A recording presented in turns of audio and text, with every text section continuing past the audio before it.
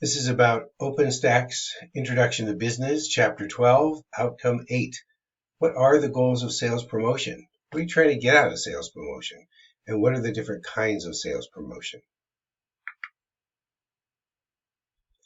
So we have to look at different kinds of consumers and then the sales promotion goals in relation to those consumers.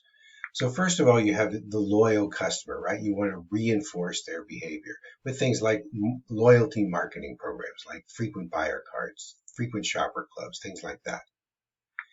Then you have the competitor's customer. What you want to do is break their loyalty. So you might have sweepstakes or contests where they can win some big prize, maybe, if they try out your product instead of the competitor's product. People who switch brands, they don't really care which brand, so you want to get them to buy your brand more often. So you might give them a sample, for example.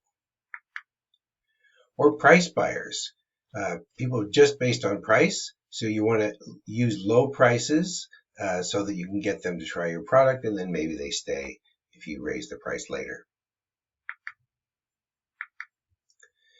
So how is sales promotion different from advertising? So sales promotions are marketing events or sales efforts. It does include things like advertising, personal selling, public relations. And the idea of these sales promotions is they stimulate buying. So here's different kinds of sales promotion.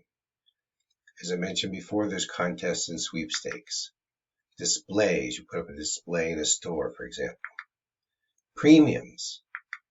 Free samples. All these things are trying to get people to try out or buy your product. So we're going to break that off and come back with outcome 9 in the next video.